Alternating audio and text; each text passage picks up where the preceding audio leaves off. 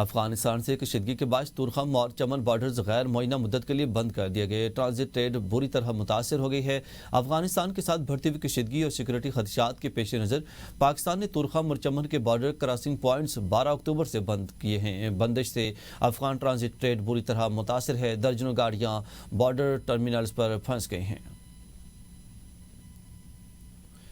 ناظرین، وزیراعظم نے مغربی سرحدی صورتحال پر اعلیٰ سطح اجلاس کل طلب کر لیا ہے. وزیراعظم ہاؤس میں اجلاس قومی یکجہتی کے پیغام پر بھی مشاورت ہوگی.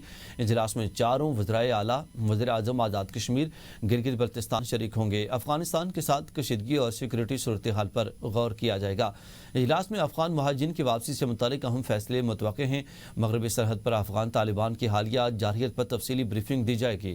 قومی سلامتی کے تناظر میں اہم پالیسی اقدامات بھی زیر غور آئیں گے. افغان مہاجرین کی واپسی کا وقت آ گیا ہے. پاکستان مزید بوجھ نہیں اٹھا سکتا. وزیر دفاع خواجہ آصف کہتے ہیں کہ پاکستان نے ہمیشہ افغان عوام کا ساتھ دیا، لیکن اس کے بدلے میں ملک کو نقصان ہی اٹھانا پڑا. پاکستان نے کئی دہائیوں سے ہمسائے کا فرض نبھایا، مگر اب مستقل حل کی ضرورت ہے.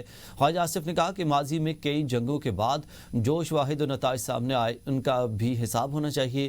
خواجہ آصف نے کہا کہ ہمیں دوست اور دشمن میں تمیز کرنی ہوگی اور افراد کی شناخت کا عمل ضروری ہے. بات کریں وفاق کی وزیر داخلہ محسن نقوی کا کہنا ہے کہ جمعے کو شکرانے کے اجتماعات ہوں گے. تحریک لبیک رہنما سرکاری ٹیم کے ساتھ مذاکرات کرتے رہے. ہر بار کہا گیا کہ واپس چلے جائیں، کسی کو کچھ نہیں کہا جائے گا. تحریک لبیک کی شرائط ایک سے بڑھ کر ایک تھی. ان کی فہرست میں قاتلوں اور دہشت گردوں کی رہائی کے مطالبات شامل تھے. یہ ریلی فلسطین کے لیے نہیں بلکہ مجرموں کی رہائی کے لیے نکالی گئی تھی. اس دن کسی پر بلا جواز تشدد نہیں ہوا. کارروائی صرف پرتشدد عناصر کے خلاف کی گئی. شرپسند عناصر گھروں اور عمارتوں سے براہ راست فائرنگ کر رہے تھے. ریاست کسی کو ہتھیار اٹھانے یا امن خراب کرنے کی اجازت نہیں دے سکتی. کل جمعے کو اظہار تشکر منائیں گے فلسطین کا، نہ کہ اظہار پروٹیسٹ کریں گے. وہاں پہ تحریک لبیک پاکستان کے جو اعلیٰ عہدیداران ہیں وہ آپ کو خود یہ بات بتائیں گے. 2:30 بجے تک سرکاری ٹیم کے ساتھ بیٹھے رہے اور مذاکرات کرتے رہے. ہر دفعہ ان کو یہی کہا گیا کہ آپ واپس چلے جائیں، آپ کو کچھ نہیں کہا جائے گا. ہر دفعہ ان کی شرائط ایک سے ایک بڑھ کے تھی. لسٹ آپ دیکھیں جس میں ان کی شرط ہے کہ یہ فلاں قاتل ہے، اس کو جیل سے رہا کرایا جائے، ایک دہشت گرد ہے اس کو جیل سے رہا کرایا جائے. کیا یہ ریلی جو تھی وہ فلسطین کے لیے تھی یا ان لوگوں کی رہائی کے لیے تھی؟ اس دن کسی کے اوپر بھی تشدد نہیں ہوا، صرف ان لوگوں پہ ہوا جو پرتشدد تھے، جنہوں نے ویپن اٹھائے ہوئے تھے، جنہوں نے سیدھی گولیاں ماری. اتنی آسانی نہیں تھی. جنہوں نے گھروں میں اور مساجد کے میناروں پہ پوزیشنیں لی ہوئی تھیں اور وہاں سے وہ ڈائریکٹ فائر کر رہے تھے. اور آپ کو بتائیں کہ وفاق کے وزیر اطلاعات عطا اللہ تارڑ کا کہنا ہے کہ دنیا بھر میں فلسطین کے حق میں پرامن مظاہرے ہوئے، کہیں تشدد نہیں ہوا. پاکستان میں مذہب کے نام پر جدید اسلحے کے ساتھ سڑکوں پر آنا افسوسناک ہے. ٹی ایل پی کے مسلح احتجاج نے مذہبی جذبے کو تشدد میں بدلنے کی کوشش کی. جب دنیا ان کی طرف بڑھ رہی ہے، کچھ عناصر پاکستان میں افراتفری پھیلانا چاہتے ہیں. ایس ایچ او شیخو پورہ کو 21 گولیاں مارنے والے درندے قانون سے نہیں بچ سکیں گے. پرامن احتجاج آئینی حق ہے. جلاؤ گہرو اسلحہ استعمال ناقابل قبول ہے. قانون کے نام پر بغاوت یا فتنہ کسی صورت برداشت نہیں کیا جائے گا. پوری دنیا میں احتجاجی مظاہرے ہوئے، یورپ کے شہروں کے اندر احتجاجی مظاہرے ہوئے، کئی پتہ نہیں ٹوٹا. مگر یہ واحد اس جماعت کو کیا حق حاصل تھا کہ یہ باہر نکل کر جدید اسلحے سے لیس نجی اور سرکاری املاک کو نقصان پہنچائیں. اس ایس ایچ او شیخو پورہ کے گھر والوں سے پوچھیں کہ جب اس کو گاڑی سے اتار کے 21 گولیاں ماری گئی، امن کو خراب کرنا، جلاؤ گھیراؤ کرنا، اسلحے کا استعمال کرنا، پرامن احتجاج کیا جماعت اسلامی نے نہیں کیا؟ آئین پاکستان بھی جب احتجاج کی اجازت دیتا ہے، انتظامیہ سے کچھ اجازت لینے کے معاملات ہوتے ہیں. ناظرین، لاہور میں وزیر اعلیٰ پنجاب مریم نواز شریف کی زیر صدارت امن و امان سے متعلق اہم اجلاس منعقد ہوا. اجلاس میں ریاستی ریٹ کو چیلنج کرنے والے عناصر کے خلاف آہنی اقدامات کا فیصلہ کیا گیا. حکومت نے اعلان کیا ہے کہ احتجاج کی آڑ میں خون ریزی، شرانگیزی اور فتنہ پھیلانے والوں کے خلاف کریک ڈاؤن مزید سخت کیا جائے گا. پنجاب حکومت نے بانی پی ٹی آئی کے مبینہ اشتعال انگیز بیانات پر پیکا ایکٹ کے تحت مقدمہ درج کرانے کا فیصلہ بھی کر لیا ہے. حکومت نے واضح کیا کہ ریاستی کارروائی کا ہدف کوئی مذہبی جماعت یا عقیدہ نہیں، بلکہ صرف وہ عناصر ہیں جو بدامنی کی تاریخ رکھتے ہیں. نفرت انگیز تقریر یا اشتعال پھیلانے کے لیے مساجد و مدارس کے استعمال پر دہشت گردی کے مقدمات درج کیے جائیں گے.